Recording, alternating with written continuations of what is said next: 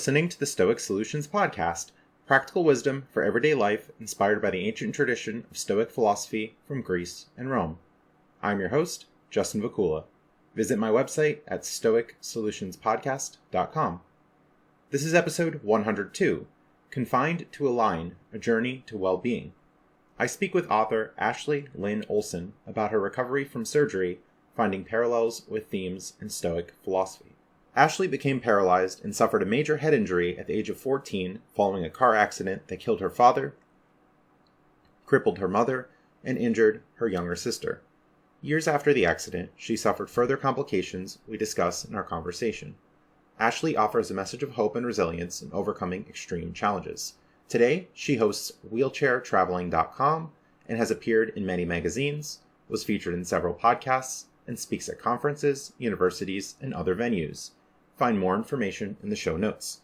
On with today's episode. All right. Thank you for joining me today. Hi. So happy to be here. Thank you for having me. Great. And to start, before we get into some of the topics in your book, how did you find Stoicism? How did you find Stoic philosophy? Oh, I love philosophy. I mean, in sixth grade, I remember loving Greek and Roman philosophy, and I studied philosophy in college. And then even later, after I graduated college, a couple years ago, just to kind of test to see if my brain could operate in the same way, I took a philosophy class to see if I still got it, and got an A, spoiler alert.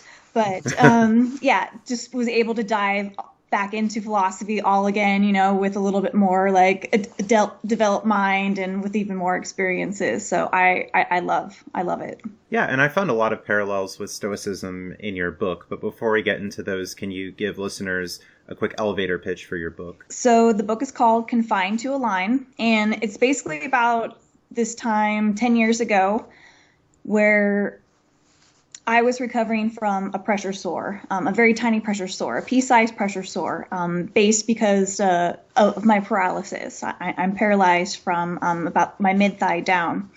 And the pressure sore required actually an emergency surgery. And after that, there was a very long recovery, including 8 weeks actually at a short-term care facility. In other words, I thought of it basically as a nursing home compared to my age and everybody else's situation. It basically felt like a nursing home to me. So I was in this very uncomfortable situation, laying flat on my back in a nursing home for 8 weeks. Couldn't even sit up to take a pill, obviously drink, take water, go to the bathroom, laying flat on my back to recover from this pressure sore. And even prior to this 8 weeks, I had a surgery. Even before that, I had a total of 2 surgeries during this process, and for a total of 6 months of recovery. So I learned a lot, but basically the story is about my search for peace and sanity during a very uncomfortable and claustrophobic and confined situation, which subsequently led me to have a very deeper and more profound understanding and alignment of what my eternal well-being really meant. Yes, and at one point you thought that you wouldn't even survive. You thought that you wouldn't be back in the hospital later. Maybe everything was good, and then that changed, that went downhill, and you thought that you wouldn't make it at the end. For all your listeners, a pressure sore, when it gets to the point of having surgery, definitely means that you are in a life or death situation. A pressure sore is what Christopher Reeve died from. For those of you who don't know who Christopher Reeve is, he played Superman in many of the movies back in the days. But he was bigger than life, you know, at one point, and he was Superman, and Superman became paralyzed. So it was definitely really tragic to society.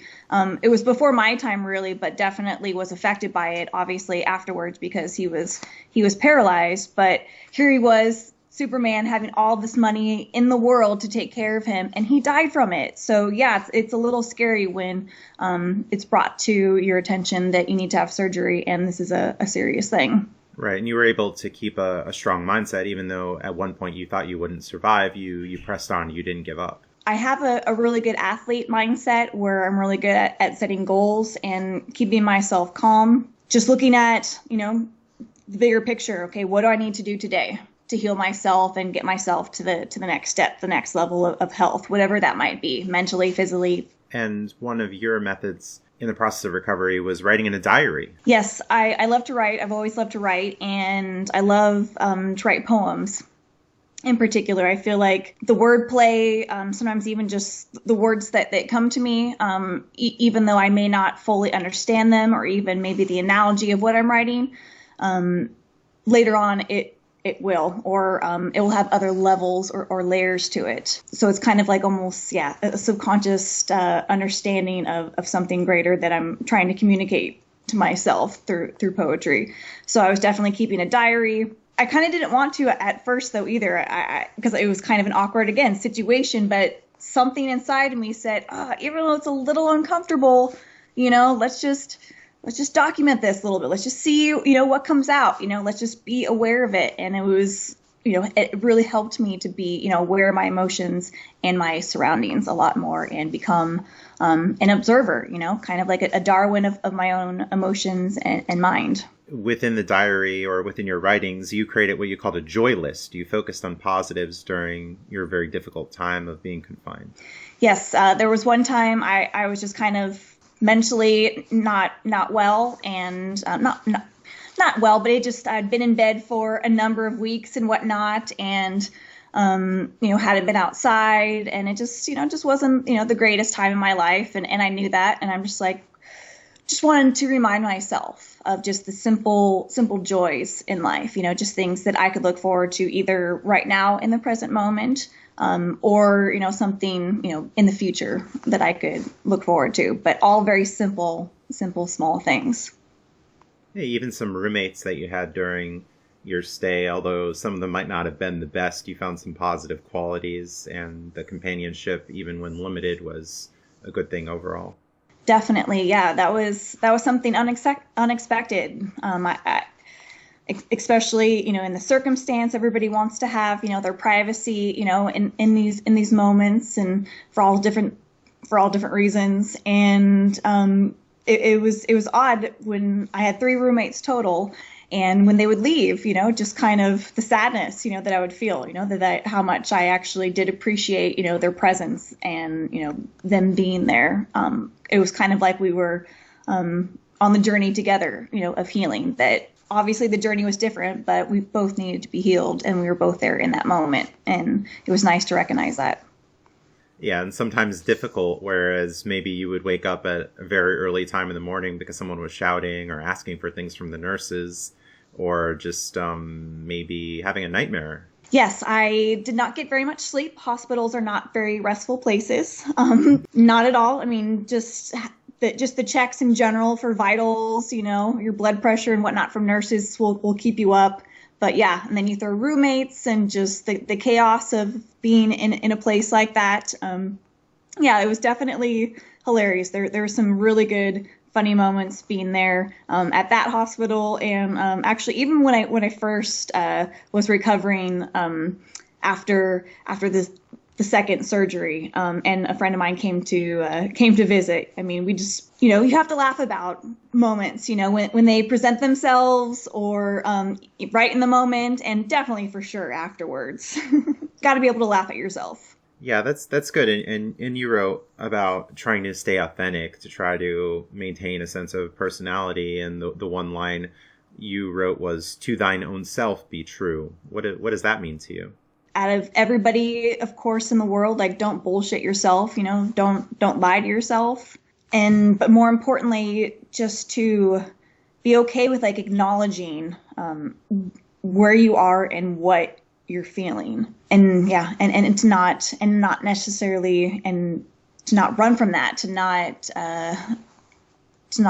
be in fear of it, to not be ashamed of these things, but just being able to look at it, that this is your experience, and accept it. Right. Yeah. The acceptance is a major theme in your book, that, okay, you're here, you're stuck in this position, you just have to deal with it, whether it's a good thing, a bad thing. indifferent, whatever. It's just something that you have to deal with in the present moment. Definitely. I just definitely just had to deal with it no matter what. And I had a choice of calling everybody that I knew every single day and spending every waking moment watching TV and just trying to distract myself any way possible. But instead, I really just tried to feel and be where I was, as uncomfortable as it was sometimes.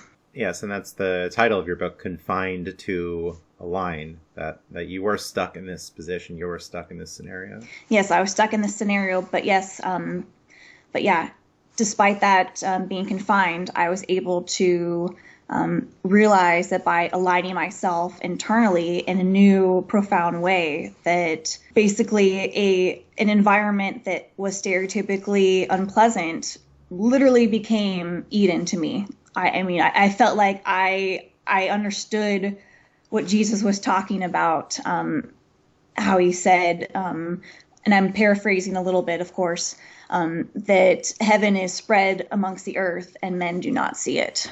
I felt like that, yeah, every single waking moment, no matter where you are, like life everywhere is such a gift.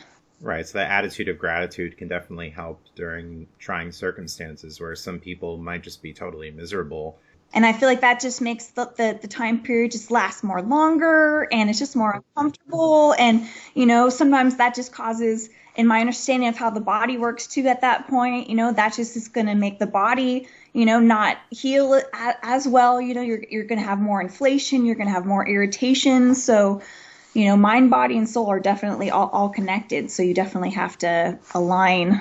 Yes, and in the ancient world, if people were talking about confinement or being apart from society, sometimes people would just get banished to rocky, isolated islands and would just have no contact with other people at all. So in your situation, although you were confined, it wasn't to that much of an extreme.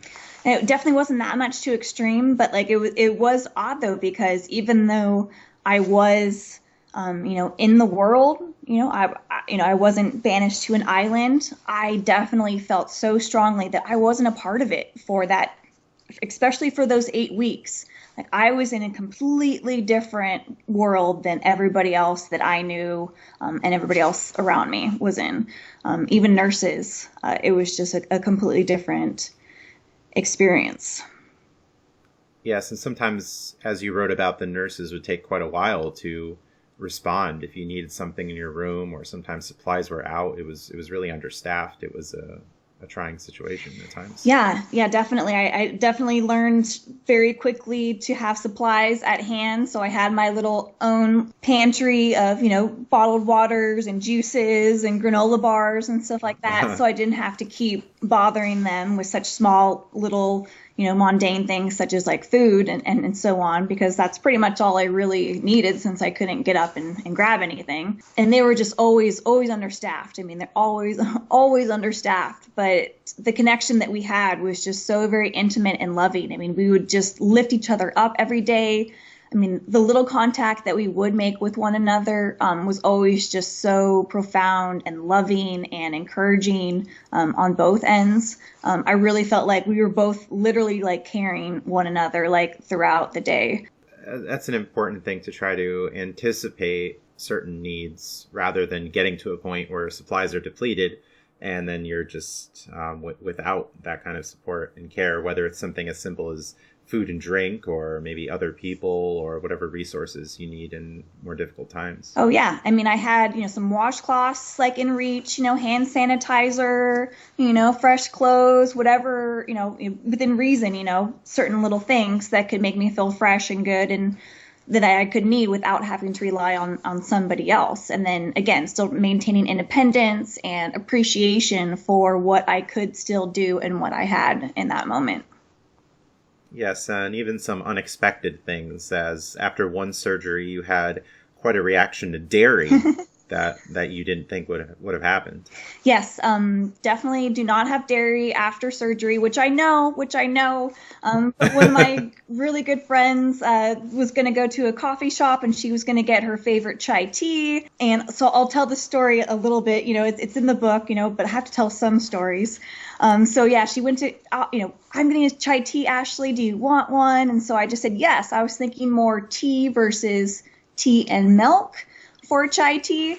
And so she came and, drank a little bit of it, and it wasn't very long. I mean, it was just like a couple sips, if that. And immediately my stomach was just like, nope, this is not happening. And my dear friend, she felt so awful about it. I immediately start, dry heaving, and she's getting a nurse, and she's just white. She's now just absolutely, completely white, feeling horrific about it. And I'm just like over the side, trying to throw up. And of course I have a nightgown on, and my backside is all exposed. I'm like, hi friend, like you've never seen this, but here you go. Like this is happening. And, the nurse comes in and, helps the situation. And, my poor friend was just sitting in the corner, just feeling awful about it. But, oh my gosh, we definitely had, we laughed immediately after that, we had a good laugh even about that, the fact that she had gotten me chai and made that mistake, because neither one of us were, both very smart. We were thinking, but not thinking, just trying to be a kind friend. And, I was just so grateful for the offer. But yeah, it was just a funny moment that occurred during, during that hospitalization. Yeah, that's a good attitude to have about it, rather than just being angry at the friend, just banishing them. Like, oh, I don't want you here. I imagine that you've had that with some roommates where they would just be nasty, even though you were well-meaning, but they would just have a poor attitude at the moment. Some of the roommates that I had, majority were going through some kind of a stroke. I understand what it was like, first becoming paralyzed, and, your body isn't working exactly how it used to work, and how frustrating at first, how confusing a little bit, that was. And I feel like it's even worse once you get to a certain age. And of course, when it's actually a stroke and it's also affecting your brain, severely too. And that can just be a little bit more frustrating for the body and mind to, fully comprehend. So I could just put myself in their shoes, where it's just like, they're having a bad day, or they're confused, or, they're just reacting. That's just the way they react. Everybody reacts in different ways, sometimes, people think that I'm really pissed off because the way my eyebrows look. But my dad has these eyebrows. My mom had these, not my mom. It was my dad and both my sisters and me. We all have the dad brow. I guess I feel very grateful that I've always been able to feel compassionate towards others, even before I was paralyzed. But then even more so, I feel like it's just emphasized that quality, even more so, being able to put myself in other people's positions, where it's like, I don't expect somebody else to understand like what it's like to be, paralyzed, and to understand all my little odds and ends and what I need and what works and what doesn't work. So I have to speak up a little bit when I'm at a hotel. Oh no, this is too high, or I can't fit in here. Or you have to own your life and say what you want, in a very respectful, peaceful way, like just own what you need. And that's okay. Like, I need this table to be a little bit higher because I can't fit underneath it. Is there anything that can be done? And if there's no way there's no automatic razors, like, okay, is there a brick? Like, can we get a book? Can we get a piece of paper? There's all sorts of different things. I mean, just fold a leaf over a couple of times. Sometimes that honestly works. And I've done that. I mean, it's just little tiny things. If you just look around instead of just saying, oh, okay, like I give up, there's nothing I can do about the situation. Just put that thinking cap on. Right. So it's being assertive. It's making your wants and needs known so that others can adapt to the situation. And yes, you can take more control over what's going on, rather than having like a victim mentality or victim mindset, or being very passive about things. Not being so emotionally charged by it, and then not being able to solve the situation. Where there's a point in my book where so here I am again, lying in bed, can't move, can't sit up, cannot sit up. And I have my computer and I'm watching a movie, or I'm like working on an article or something like that. And my power cord comes unplugged. and my computer is about to die and I need to save something and I have this panic moment and I see the power cord completely on the ground. I can't get that. And the nurses are busy as I've kind of spoken about. So I know it's going to be a little bit for them to come in. So I felt my ego kind of rising, like, oh my gosh, like, oh, this is a horrible situation. You're in this nursing home. You have this roommate. Nobody can help you. You're here all alone. You're paralyzed. You can't do this. And then I'm like, just had like an awareness though, like of it. There was just something awareness of this little like ego kind of like cry out. And I'm like, okay, like that's fine. Like I see you. Like I see where this is coming from. And like, I know where this is coming from. That's okay. Acknowledging that. But okay, what else can I do now? Like now that I've acknowledged that, is there anything else I can do? And then I'm like, okay, no, I can't get up and walk around and, get this power cord, but I can grab this stick that's right next to me and fish for the power cord. And oh, wait, a second later, I have the power cord and I'm back in business.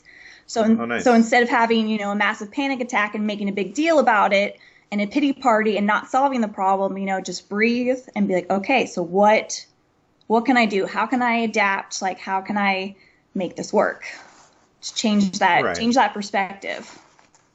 Right. To take charge of your own life and to be resourceful on many occasions too. Definitely.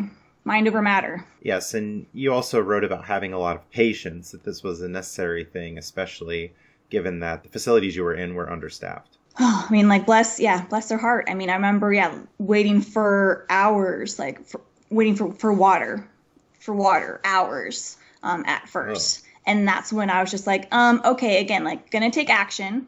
Like this is obviously like not really working and this is not the best thing for anybody, the nurses or myself. So what can I do? Okay. Can I just use one of those, those tables that they have at hospitals that, roll over the bed, just use one of those as my little quote unquote pantry, and I set up a little, like I had water, like I said, water and juices and little snacks and stuff like that, just to kind of make the day a lot better. And sometimes I would even just survive on that stuff because the food obviously in these types of places isn't the best anyways.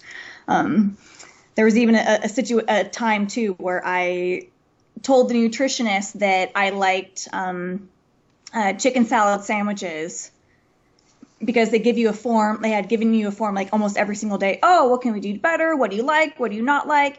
And I never filled it out. And one time I did.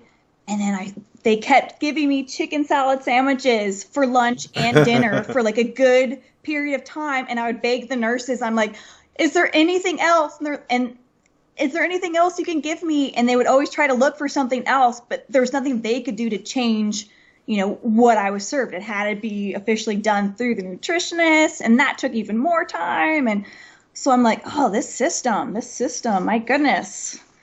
Need to, got to prepare and not just put all your eggs into, all your eggs and your health, into somebody else's hands. You definitely got to take care of that stuff on your own. Yeah, certainly not all the chicken into the sandwiches either. Yes. Yeah, some other options could be good there, but limited resources and all, and maybe not too much individual attention either. Oh, zero individual attention. I mean, besides vitals and necessary needs, there was definitely no time for anything. But yet you wrote in your book that you strive to see the world without being offended, without the personal baggage filter. Can you explain that a little bit? Everybody has their different, perspectives and what they're going through and how they deliver a message. And maybe somebody just doesn't understand. Some people have made comments to me. They'll see me on the street and not fully understand why I'm in a wheelchair and, ask me sometimes even rudely, why are you in that? Like, get out of there. Sometimes people have actually even tried to pull me out of a wheelchair wheelchair that has also happened, but so again, like, it's not to be mad about these people, but it's just like to see, like, there's so many different perspectives, on life, that people haven't been exposed to absolutely everything. And people are going through an individual journey on a long-term basis and on a daily basis, like each day you wake up, shit changes and, it could be a good day, like it could be a great day, like something in the middle could happen. Like you never know, like what what's possible. So it's not to get so attached to what other people put on you. It's because that's not you. It's like what's more important is how you feel, obviously, about yourself. And then when I was talking about to observe without attachment, it's like I'm a person in a wheelchair. I need all these different things, and this is my life and whatnot. But that's not all I am. I'm not just this person in a wheelchair. It's not getting attached to my life or like my circumstances or any particular personality trait that I have or don't have, and just being able to have that filter through me and see it in order to feel something that we all feel, like that deep seed of connection of life. Yes, and on this idea of attachment and observation, the Stoic authors write a lot about that, in that we're going to have ideas about the way the world is, but we should often challenge those and not have mistaken, as they call them, impressions, that we're going to have our attitudes aligned close to reality, that we're going to be humble and say, okay, there can be different perspectives to take here, but we don't want to jump to wrong conclusions or have mistaken ideas about the way the world is. Yes. I mean, in the simplest sense, so things like that are very true and so profound, I was trying to take in a very literal sense in what I was going through in the hospital. So like in what you were just saying, a warm washcloth, like, oh, okay, yeah, it's just a sponge bath. Okay, yeah, it's just, I don't even get a shower, I just get this cloth, and oh gosh, the water's just lukewarm. It's not even hot, and oh, I don't even know where this towel's been like come from or whatever, and it's not even that long. But no, like that moment of just the connection of feeling just whatever temperature the water was, with that cloth and feeling it against my skin and connecting with those small moments, is I feel like, is like the literal interpretation of what I feel like a lot of these philosophical masters were saying, that I was really trying to implement in my day-to-day life, and which I basically was trying to express throughout the book, and which I hope is, kind of the overall message that people get. Right. And another message that I found in the book was surrounding humility and not taking things too personally. A quote from you wrote, "Swallowing one's ego all the time is quite the challenge, but it certainly can be done. The first step is to be aware of it." Definitely. And the example talking about earlier of dropping my computer cord, I feel like is such a good one, where, yeah, like some people have these difficult situations, and you hear that, oh, you're not good enough, you're not fast enough, it's not going to work out. But if you just give yourself the space for a moment and just be aware of it and acknowledge, okay, yes, like I'm feeling these things, and that's okay, not getting upset by them, not letting them define you, but just allowing yourself being like, okay, yes, this is what I'm feeling about this. But there's also something else. There's also something else. There is this feeling, but there's also something else, because there's so much that exists. I mean, science has, I feel like, confirmed that, especially now that I feel like quantum physics is so mainstreamed. I mean, like, I feel like that is proof that so many things are operating all the time. And you wrote about having compassion, to return to that, for other beings, nurses, roommates, and even a fly. Yes. Even a fly. Like I said, people are beautiful. So that's why, yeah, don't get upset, when somebody doesn't say hello to you or they don't see you or call you back, because everybody has their own individual journeys. Even the nurses every single day, they had troubles of their own, family troubles, professional troubles, like soul troubles, just like any other person. So there's so many things that are operating. So again, not getting attached to, to your emotions or getting offended is really great way of being and taking care of yourself and taking care of humanity and the planet as a whole, I feel like. And I do remember you're talking about the compassion for a fly, that, there's a poem that I wrote that's actually called Compassion for a Fly in my book, Confined to a Line. And I put it in there just because it was pretty far into my recovery. It was almost maybe like a number of weeks before I was released. So I was pretty deep into the recovery, especially at the nursing home. And I would just be observing each day, as the day would flow, and just trying to get inspiration of what would come to me, and just, okay, what's going to inspire me. And I remember this one day, this fly came in my room, and it was just banging its head against the window. And, that sound, that click, click, click, and it keeps going back and keeps going back and keeps going back, and at first, I had that initial reaction, that ego, reaction of just like, oh, how it's affecting me, oh, this dirty thing, it's different than me, we're having completely different stories, and I can never, feel what it's feeling, and that kind of a thing, and it's bothering me. And then I just started thinking about, I don't know, this fly, and how it just wanted to be outside. I had this big window, and it was probably buzzing all around the hospital, and I have one of the biggest windows, and it was probably just really trying to get outside. It just really was trying to get outside.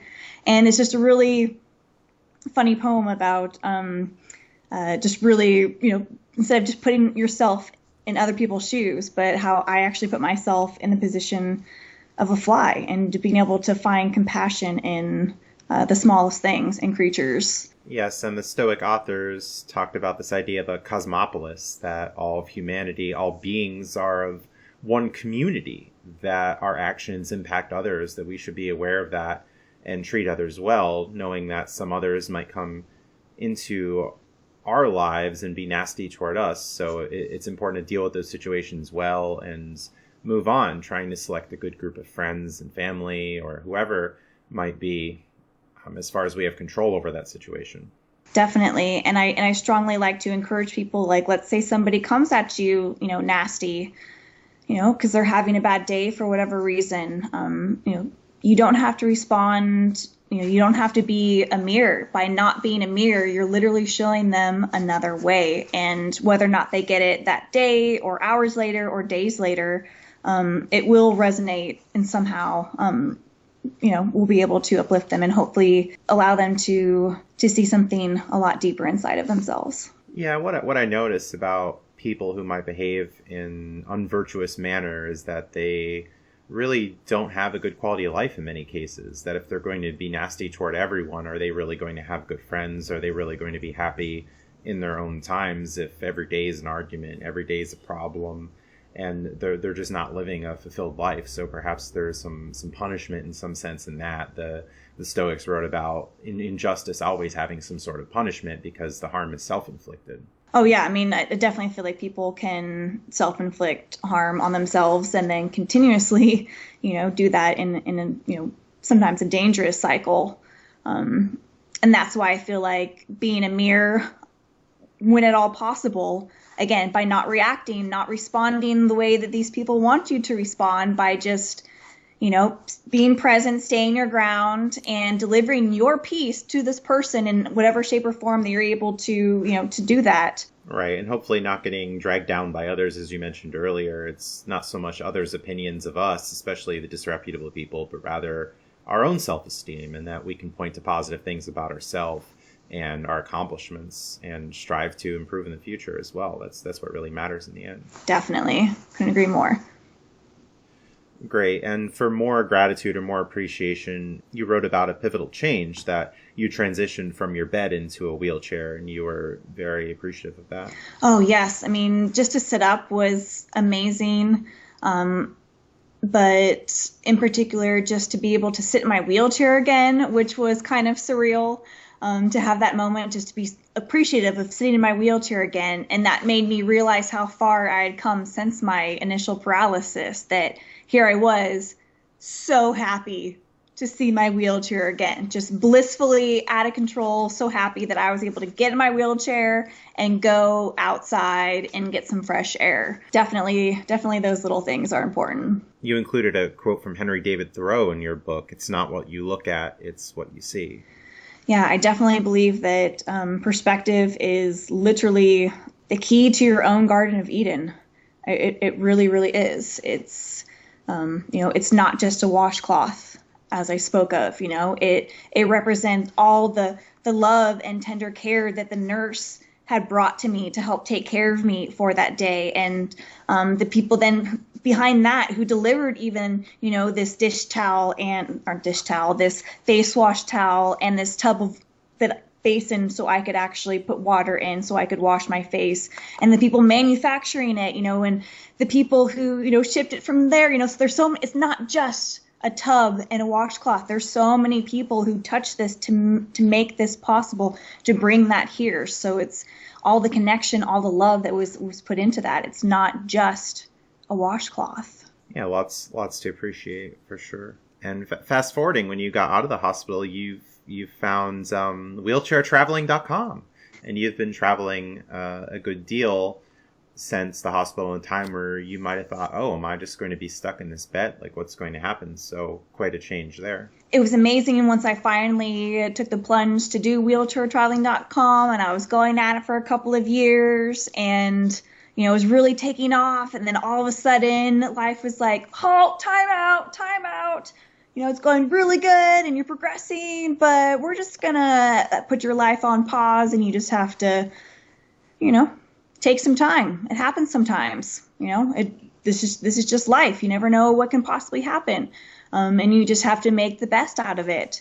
And again, that's why I feel like I wanted to put this book out there, as opposed to incorporating it with a bigger book that I'm working on, because of what happened in 2020 and the lockdowns and everything like that, because I wanted to share the story, to share people like, yes, like it's, I know you've been feeling confined and locked down, but I feel like people have literally been given the gift of time. I would hear people all the time say, oh, I don't have time, for myself, or to take care of myself, or to cook, or to learn how to play an instrument, or to write that book, or, to travel across the country, or, to learn how to sew.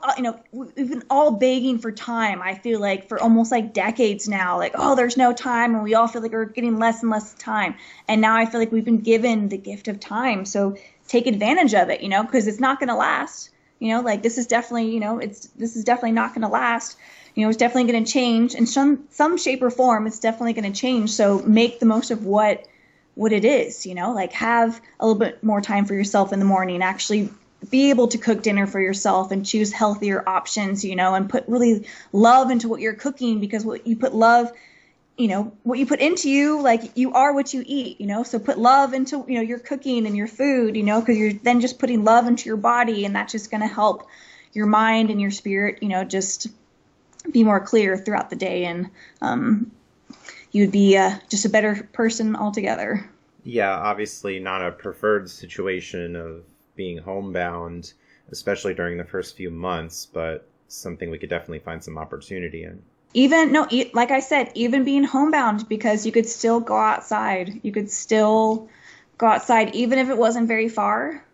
You could still go outside, and that was exceptionally more than I was able to do during that 6 months. Even though it was 6 months and not a year. I mean, the fact that I was confined to such a more extreme situation, I just feel like I know that what I discovered was, very profound and not something that's new. It's not, it's nothing new that I'm talking about. I'm not, I haven't found like the secret of life or anything like that, but I implemented these beautiful things that philosophers and, spiritual teachers throughout time have been saying to us over and over again, and put in, implementing that into, again, like a very unpleasant environment. And by doing that, I was able to control my perspective and find the good in this, and turn this, nursing home into a Garden of Eden, which I didn't want to leave. It was weird. It was weird. Like, I was sad to leave. I was ready to leave. I was fine to leave because I knew it was time.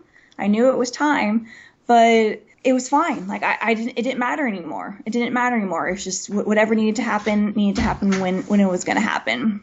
All right, very good. And again, your book is titled Confined to Align, A Journey to Wellbeing.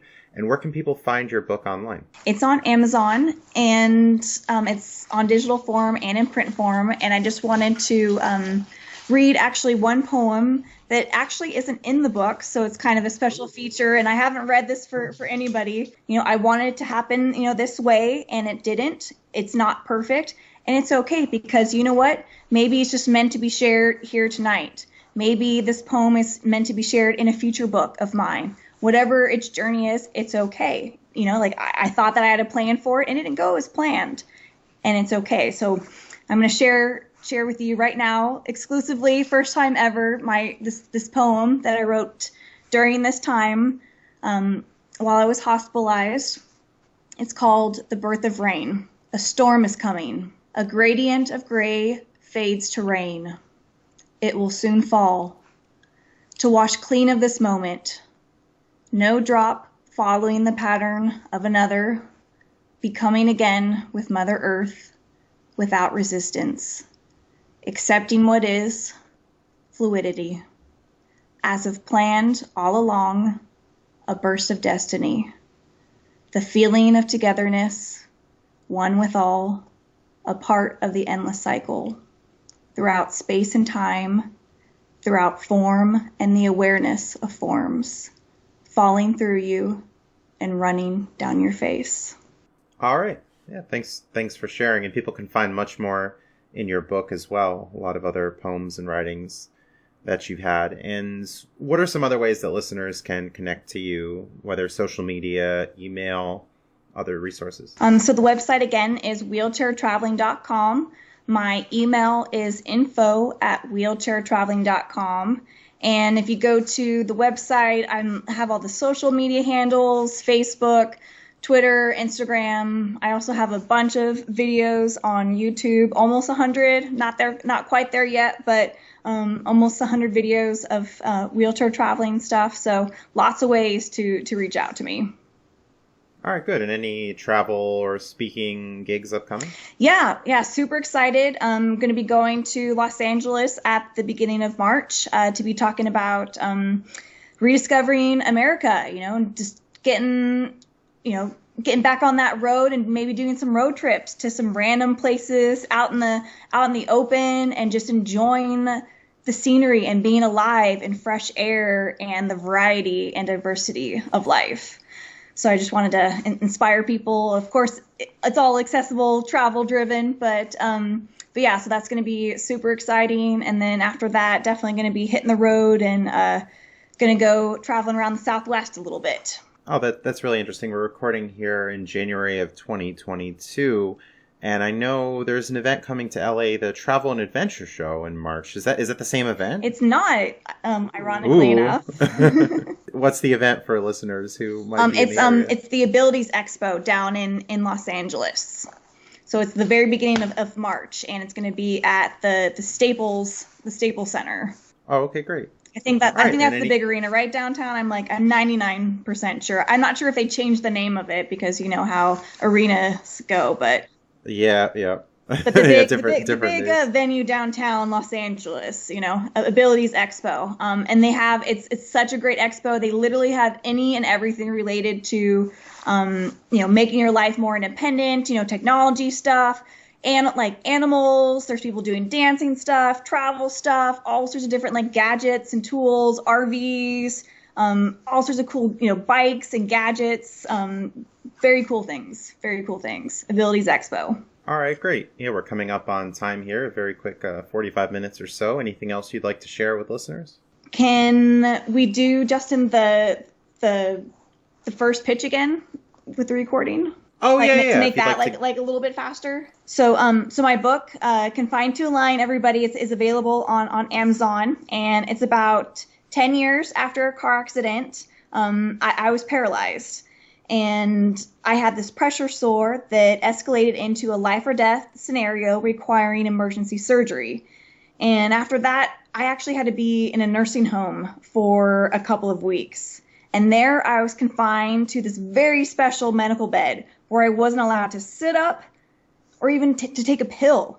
But I had to be on my back seriously for 24/7. Could not sit up whatsoever.